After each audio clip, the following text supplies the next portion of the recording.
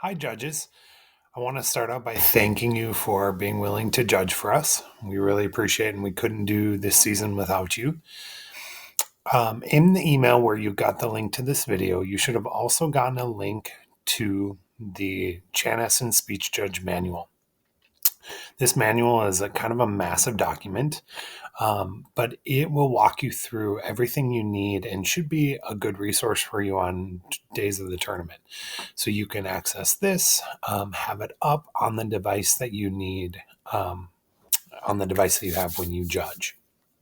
So, a couple things about judging, just general stuff, how it works on our team is that um, I will make a schedule after the Chanhassen tournament for the rest of the season. So you'll know and have a rough idea of exactly what days you're judging.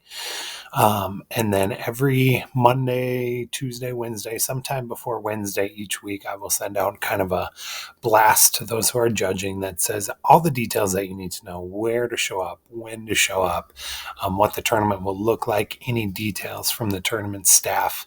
And I'll share that with you via email so you have it that day. I'll also tell you if you're going to check in with someone other than me. So there are some tournaments where you will check in with another coach, or usually it's another coach, maybe it's an alumni, but someone else may be doing the checking in when you get to the tournament. And the email will always say that. So, one other thing is that if you want to be paid, you will always get access to this document. It is called the Judge Stipend Form. Oops, that's the wrong one.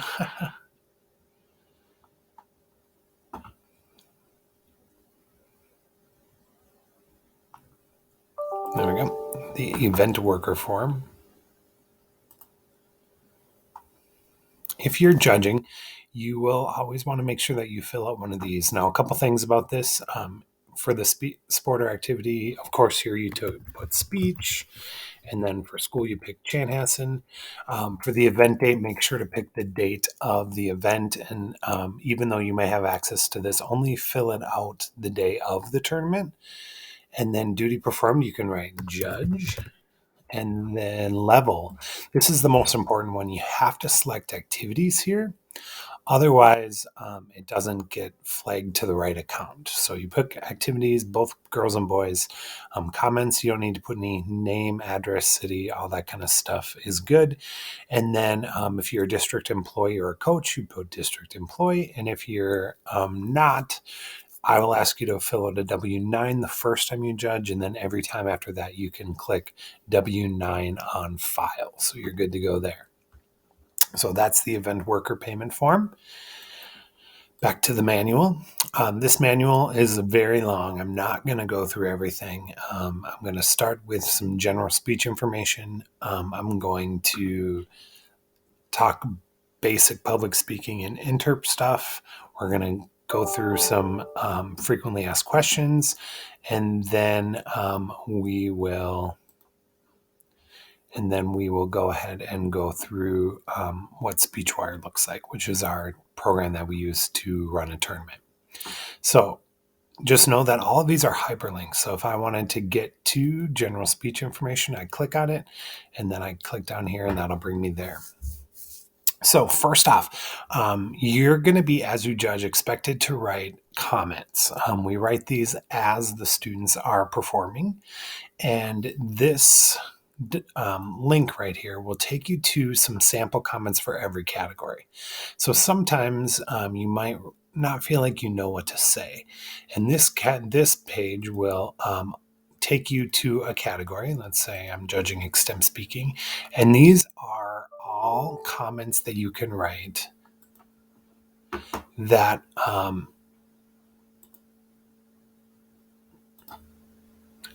these are all comments that you could pull and copy and paste, put them right into your document, right into your critique sheet. So they're really good things to say.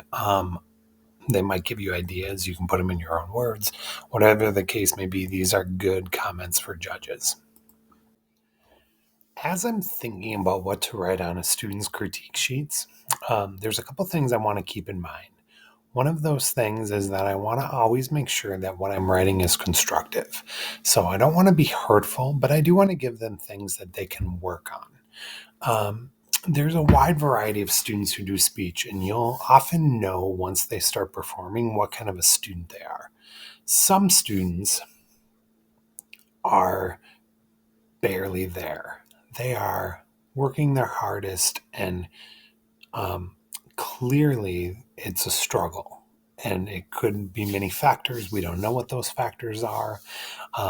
But those students need your love. They need you to be kind. Yes, give them a couple things to work on, but really tell them what they're doing well. That is how they're going to learn and feel empowered in this activity. Then you'll find that there are students who you can tell are really exceptional speakers who are maybe working harder than those other students, but more likely have a certain innate talent. And those students, you can write a lot of things to work on for them because they will take that information and go with it. For novice speakers, I really like to go 2 positive comments to 1 negative. That just helps really reinforce that a lot of what they're doing is great, builds them up as much as possible. For varsity, I might not do that 2 to 1. I might do 2 negatives to every 1 positive, but you should still be reinforcing things that the student speakers are doing well. We also really want to make sure that you are writing enough.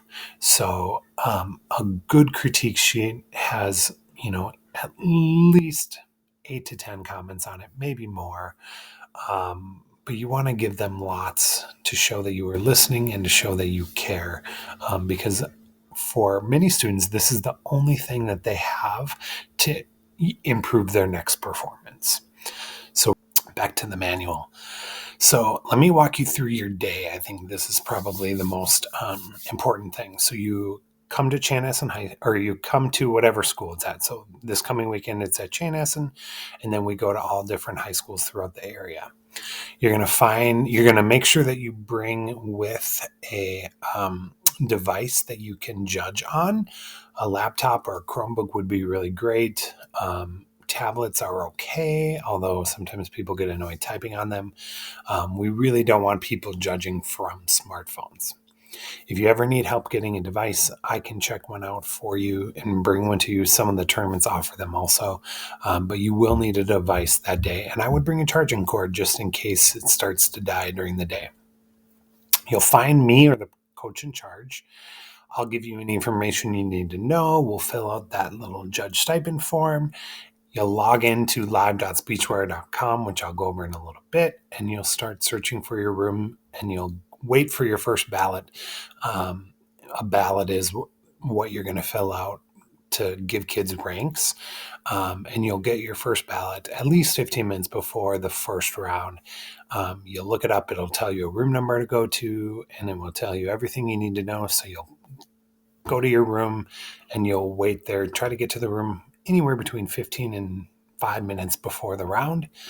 And then you sit there and wait. You're going to click start the round for your online ballot.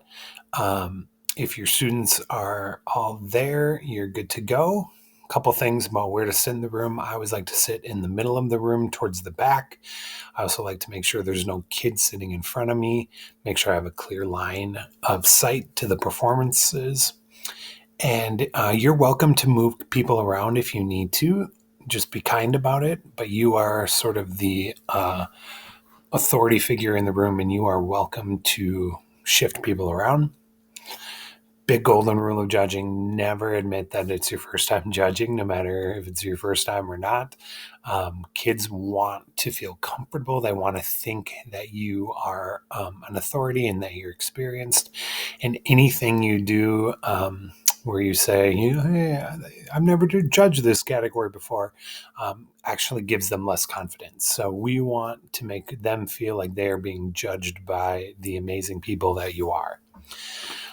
You are going to watch the round. You're going to write critique sheets as the kids talk. You're going to listen to them and concentrate and try to give them good feedback. And then after the student is done speaking, everyone applauds.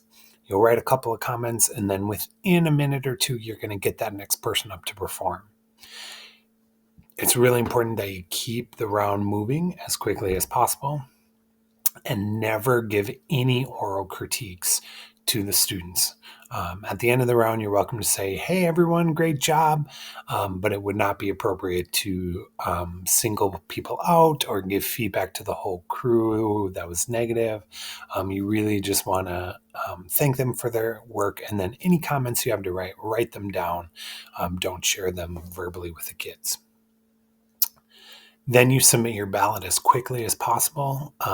The people in the tabulation room are waiting for that ballot. And sometimes in order to move to the next step in the tournament, it's important that that ballot is filled out quickly. You can always go back and write more on your critiques later, but that ballot has to be done right away. Then you go to your next round, and your day moves on like that. Most tournaments are 3 preliminary rounds and a final round. You won't always be asked to judge a final round, but occasionally you will. If you're not asked to judge a final round, you're welcome to hit the road. That usually gets your day done by about 1:30, 2 o'clock. If you have to judge a final round, that pushes you more to 3 range, 3:30, even 4 sometimes.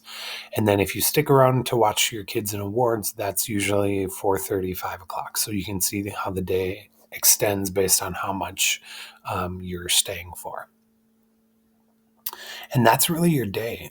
During the day, you may find me, you can find other coaches, but we are all there to help you. And you're going to find really quick that you can talk to other parents who are judging, and you can ask for ideas or feedback or help throughout the tournament. So we have 13 different categories in speech, and we break them into public speaking, which is kind of what you would think of normal public speaking type categories, interpretation, which are usually acting of some sort, and then draw categories. And those are categories where students have a limited amount of time to prep for the whatever they're going to do.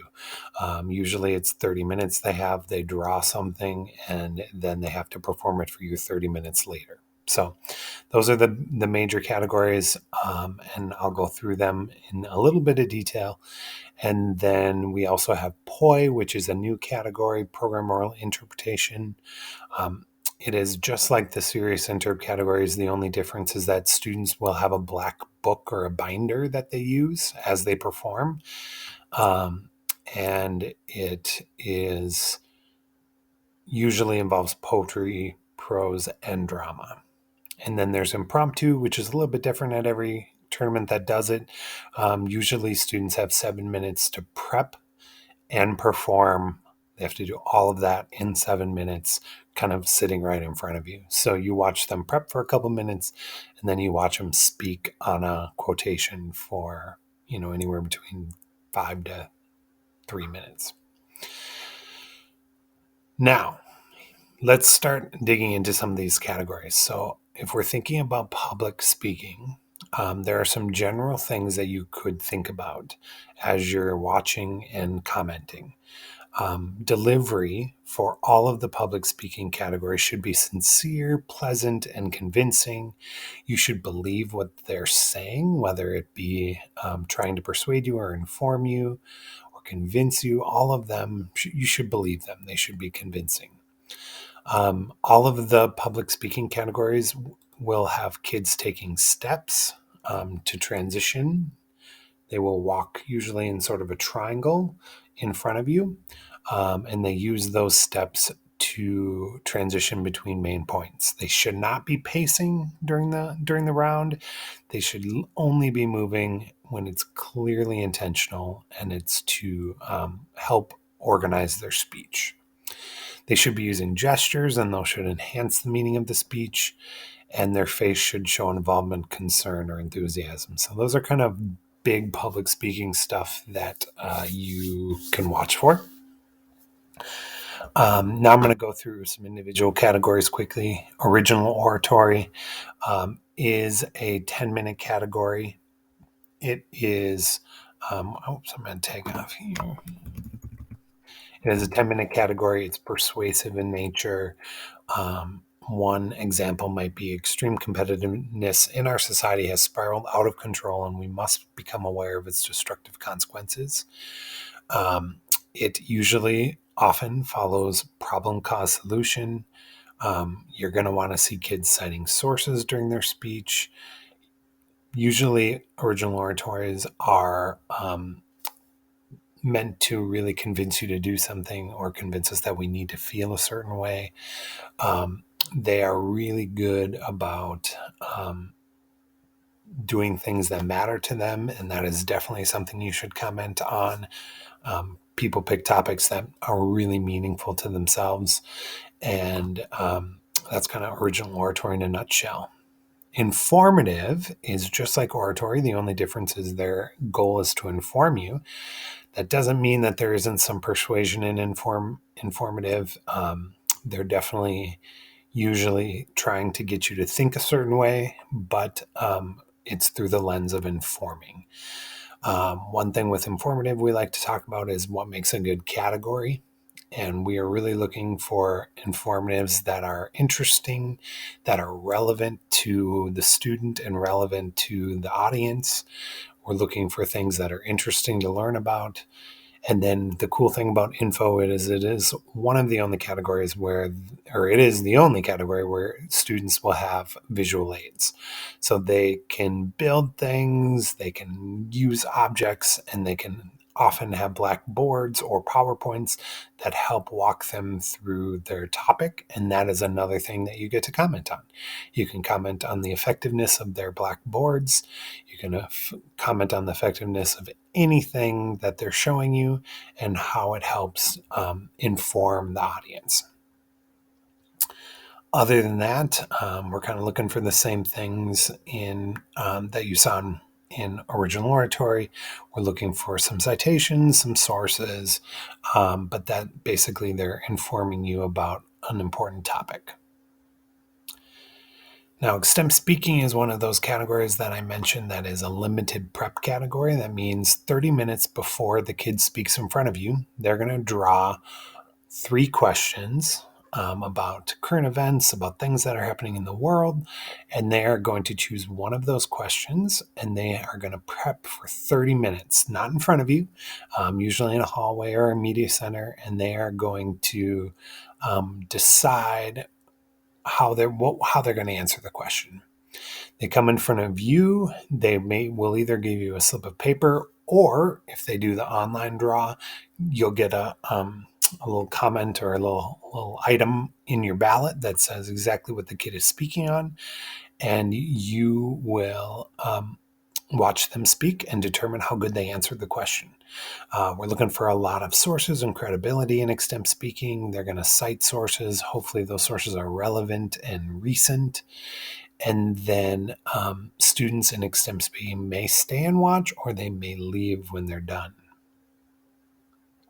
Great speeches. One thing about extemp speaking, you do want to keep in mind that kids only prep for 30 minutes. So they may not, it's not going to be as fluent of a speech as oratory or info. It is going to be much more extemporaneous, obviously. They're thinking about it on the spot.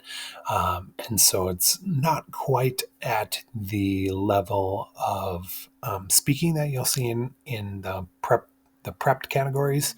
But you're going to be amazed at what the kids can do in 30 minutes. For great speeches, same deal as info and oratory. The only difference is that these students are taking a famous great speech and they're analyzing it. So you will see them perform little snippets of the original speech, and then they will also share their analysis. It's a fascinating category. Students are really amazing at picking speeches that are important to them, analyzing them, and oftentimes students will use a model, which is a rhetorical model used to help dissect the speech, and you're going to be pretty amazed at what they come up with. The last PA category is different than any other category in speech, and it is discussion. The thing about discussion is that You will judge all the students at the same time. Students will sit around a table and they will discuss the task that they're given. So here in front of you is an example task. Go ahead and take a moment to read it.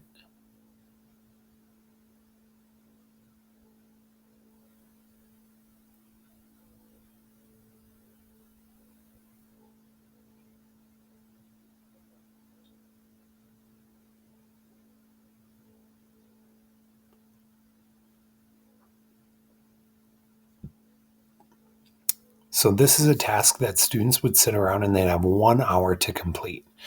So good discussions kind of work their way through the task and make sure that you accomplish all the things that are in the task.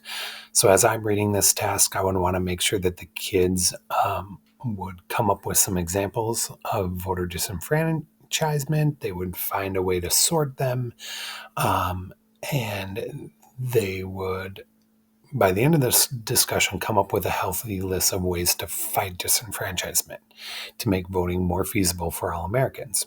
So that's their task.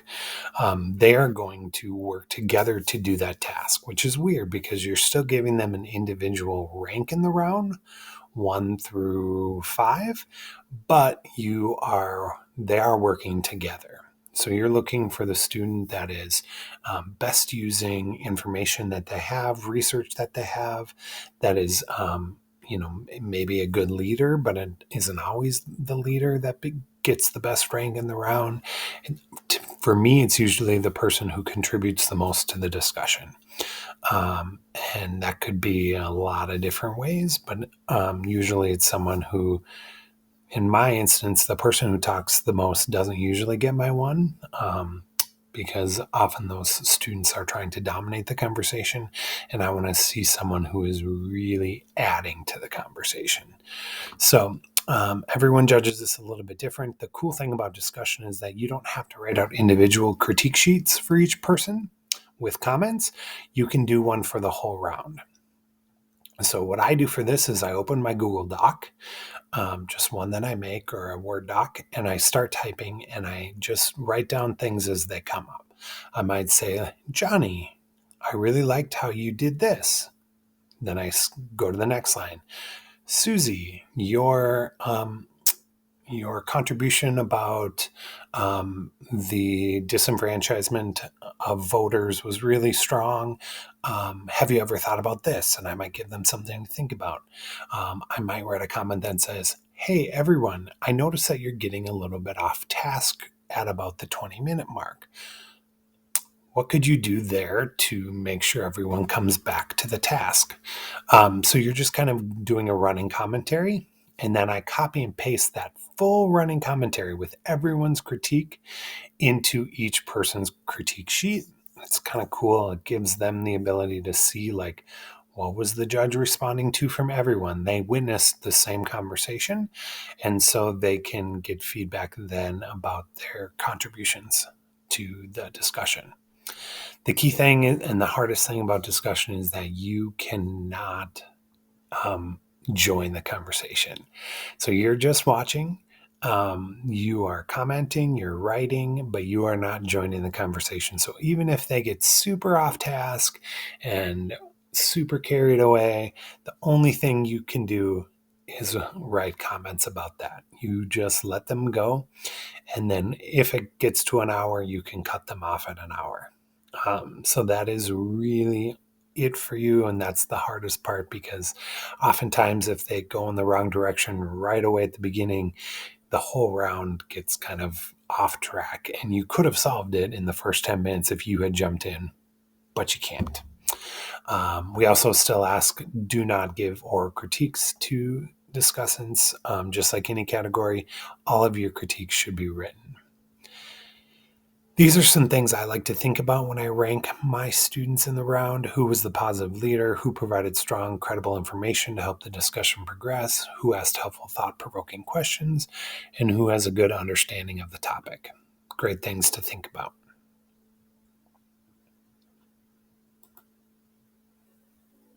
Hi, judges. We're now moving on to the interp categories. Some things to look for in all the interp categories. All of them are going to have an introduction of some sort that the student writes. And those introductions should set up the theme, the mood, and the scene of the speech. They should give you the author and the title. And those either go right away at the beginning or they go after what we call a teaser, which should be anywhere between 30 seconds to a minute and a half. Sometimes students will perform a little bit of the performance, the scene. They'll give you an intro and then they'll go back to the scene. But that just depends on the different categories. But that introduction is definitely something you can comment on the student's writing. You're looking for distinction between characters, narration, and dialogue, body movement, gestures. They become the characters. Fluency and pacing should be vary accordingly. It should feel different through the whole piece. Characters should be believable. A definite mood should be established by the speaker. Literary merit of the selection is something you can comment on. They don't get to write most of these, except for in creative, but all the rest, they get to choose what they perform. And so you're looking for something that has a little bit of substance to it. And use of script is optional in all the categories except extemp reading where it's required and storytelling where memorization is required. So those are that's the interp categories in a nutshell. We'll start with the first draw category, which is extemp reading. So this is one of those where students will draw 30 minutes before a story that they're going to read to you. And they will prep that story. They'll come in, they'll tell you what story they're doing, and then they will have an introduction, and then they will read to you from either America's Favorite Poems or There Is No Long Distance Now, which is prose. So they will read from those two, and then you're still looking for all the same things. You're looking for good characters, for good voices, for good pacing, and you're looking for some variety in the performance, some ups and downs, some highs and lows. Storytelling is the other draw category in interp, and that one, again, 30 minutes they have to prep where they're going to retell a story in their own words, memorized. So, really a big emphasis on how they retell the story, how they have appropriate characters, use of humor, engagement. All the stories come from selected stories from the Project Gutenberg. And so they are from all over the world. They are just creative stories. Oftentimes in storytelling, you'll see exaggerated characters that help convey meaning. And then, but you're just looking, kind of thinking about this like, if they were telling stories to little kids, how engaging would it be? Would it tell the story effectively? Creative expression is the only interp category that students get to write their own.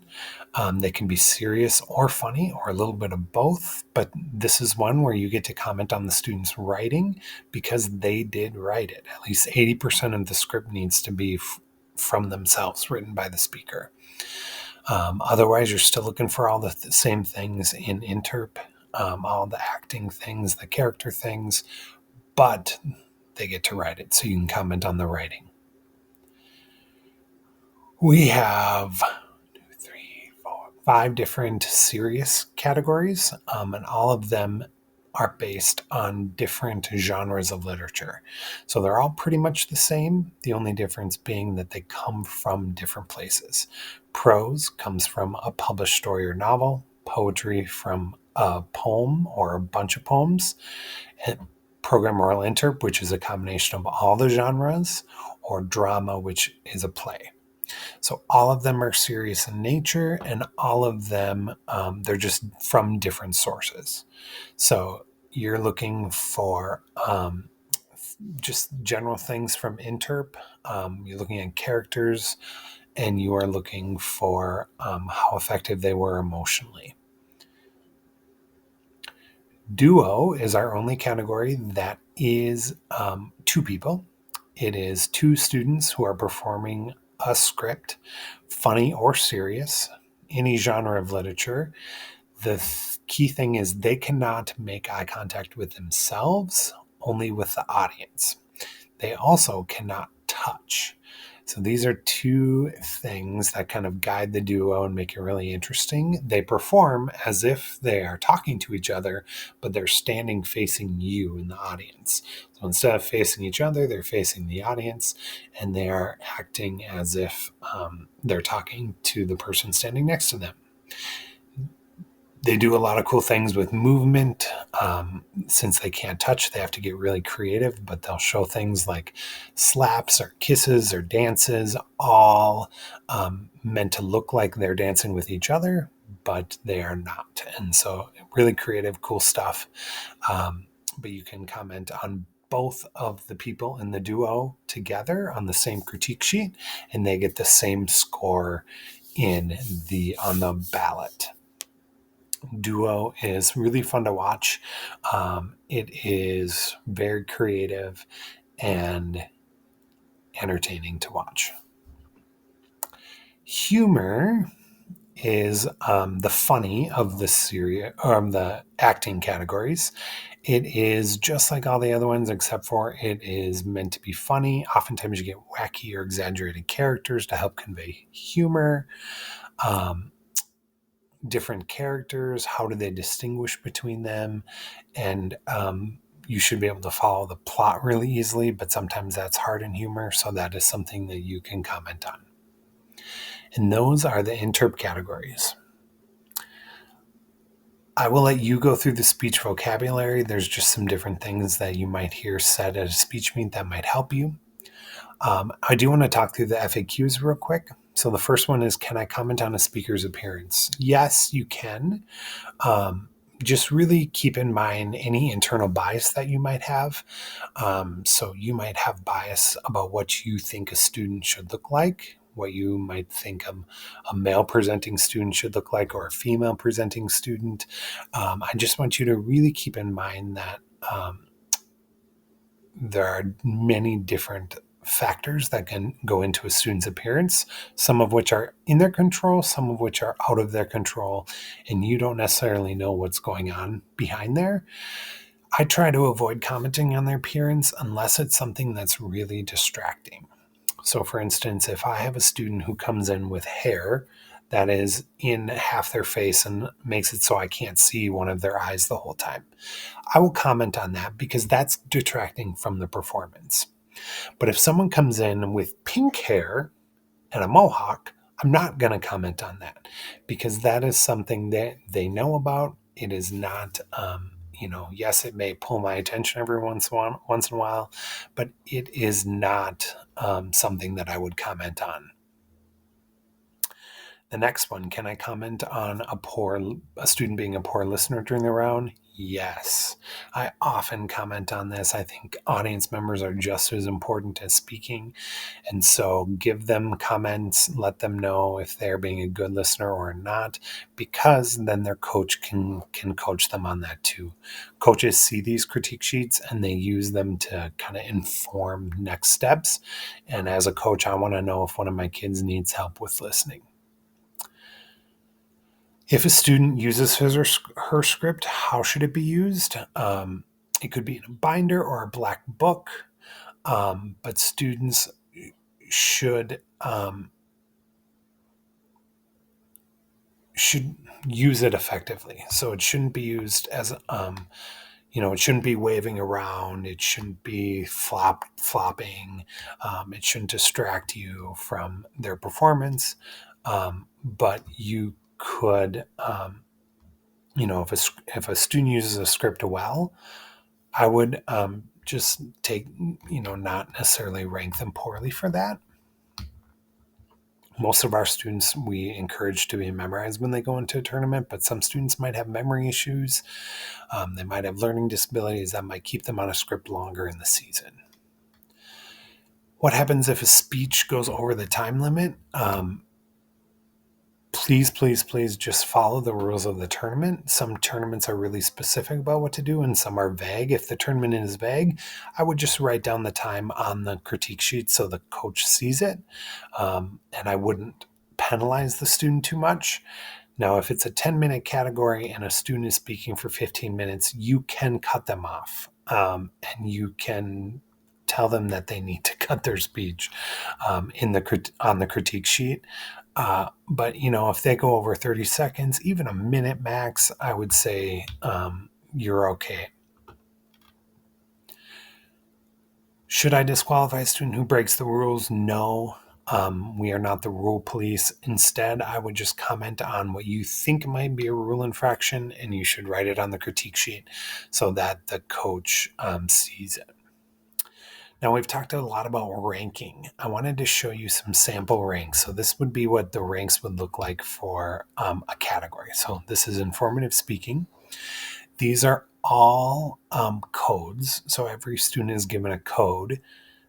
Usually the J refers to their school, and one of these numbers refers to the category, and one of them just relates to the number of people that a school entered in that category.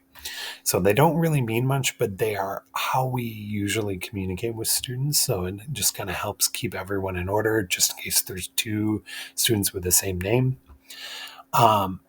Then we have the student's name, and then these are the ranks that they were given in each round of competition. So if we look at Johanna, she was given a 2 from the first judge, a 5 from the second judge, and a 1 from the third judge. She was also given these speaker points. So speaker points, we don't use them in our tournament. Only about half the tournaments use them still. They're on a scale of 100, 100 being the best. So a student like here, Aaron, getting a 1/100, that is the best score you can get in speech. And then the lowest I would ever go on a speaker point would be 85, and that would be pretty bad. I usually stick to like 89 as my lowest. So it's kind of weird. It's why most of us don't use it, because like why are we giving them scores between 89 and 100? It just doesn't make a whole lot of sense. So that is why most people have gotten rid of them. Just to kind of give you some insight, I do not give 1/100 unless it is the best performance I've seen in that category all year.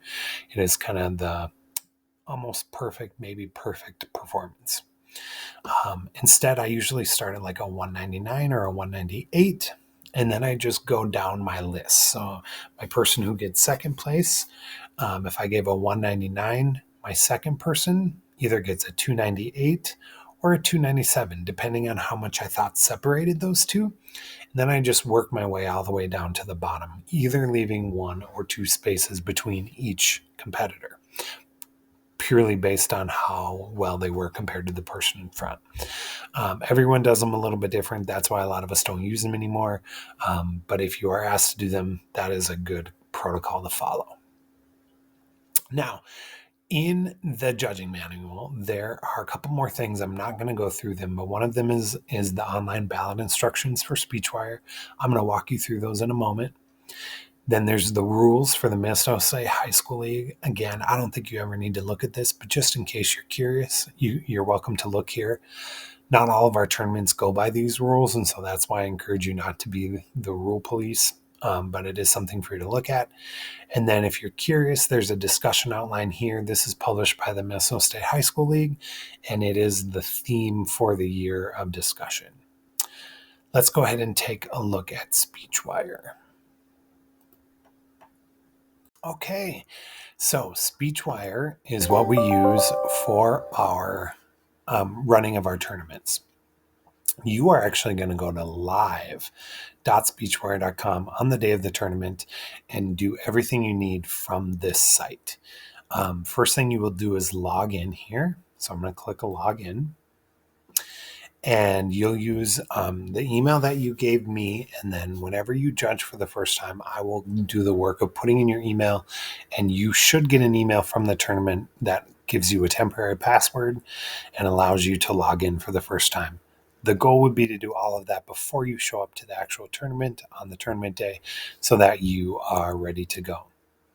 So I've gotten to the tournament, have my device, I'm sitting in the room in the judges lounge, and I'm waiting for my first ballot. I will get an email here from SpeechWire. This is the one that I just got. It says that I'm judging a round of speech. It is at 11:45 a.m. It's section D, and here's my room number that I'm going to go to. So then I know I can log in here, and there's my ballot right there. So I'm going to click on this room. Very first time you judge for the day, it's going to ask for a cell phone. So I'm going to put in my cell phone. Now you all have my cell phone number in case you ever need to message me. And I'm going to subscribe to text alerts. That'll give me a message anytime that I get around, and it will help to just help me know when I have to judge. Okay. Now this brings me to my ballot.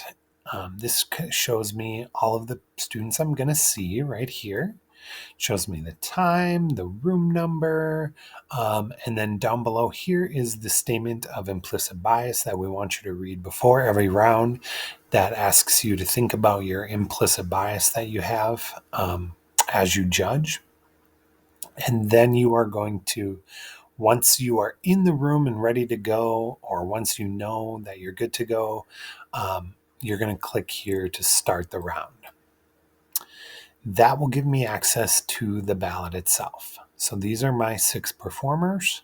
By the end of the hour and 10 minutes of me watching these speeches, I'm going to give each student a rank. No student gets the same rank, and I rank all the way out, or the tournament will tell me that I can rank to 5 or something like that, whatever the tournament tells me to do. So I'm watching these speakers. Now, instead of going into here, let's say Charlie's performing, and I go into here, I could write comments here as she's performing. I could say, great job. I really like your intro. It is very well written and delivered. Okay. I could do that as I go. That is one way. What I have started to do is to open a new Word document or a Google Doc. And what I will do instead is I will write all of my comments for the whole round on my Google Doc. And then at the end of the round, I will copy and paste them over to these spots. I do that because I really like the ability to then I don't have to worry about my internet. It is also a little bit better on the battery, and it allows me to do a little bit less clicking, keeps the round moving. But everyone is different. I also like to have a record of my comments. If someone were to come back to me and say, hey, there wasn't a comment for this speaker, then I have them saved here in my Google Doc, and I can always put them on later. So I'm going to watch these speeches. Let's say I've watched them all. I'm going to rank them. I'm going to just go, Charlie got my 1, Cullen got my 2, Jayla got my 3, Morgan got my 4, Trevin got my 5, and Nitya also gets a 5 because this tournament has asked me only to rank out to 5. Okay. Very first thing I'm going to do before I write any comments or before I copy and paste my comments over is I'm going to click Save Ballot. Okay. Oops, this tournament told me that I can't rank all the way out. I have to give different scores for everyone. So I'm going to click Save Ballot. And it should say your ballot has been saved. You should be good to go. Now, if I were to notice that I made a mistake, I'm going to have to contact the tab room. And usually that is a physical location in the school. And you'll find out about that at the judges meeting in the morning. But you'll have to go there and ask for help. Then I have until awards to write comments on these students. So I can always go back. I want to get my ballot submitted right away, but I can go back and write comments anytime through the day. So if I'm sitting and thinking, I'm eating my lunch in the judges lounge, which all judges lounges are going to feed you really good food. So come ready to eat. But I'm sitting there and I'm like, oh, you know what? I should put that on Ella and Trevin's ballot. I can always go back and put it in there. It's really nice. You'll also notice here there's a place for me to put the length of time that the student spoke. That is also another thing, a really good coaching tool for coaches. So that is SpeechWire in a nutshell. Anything else that you're asked to do in there, you will be told how to do it. So that is judging in a nutshell. Of course, there's so many intricacies to it, and you will learn as you go. But you should be in a pretty good place now, and don't ever hesitate to ask. You can always reach out to me or one of the other coaches at the tournament, and we can help you with anything you need. The biggest final thing that I will leave you with is be kind. These students are working really hard, and we never want our critiques or comments to be the thing that we never want that to be the thing that keeps them from wanting to do speech in the future. So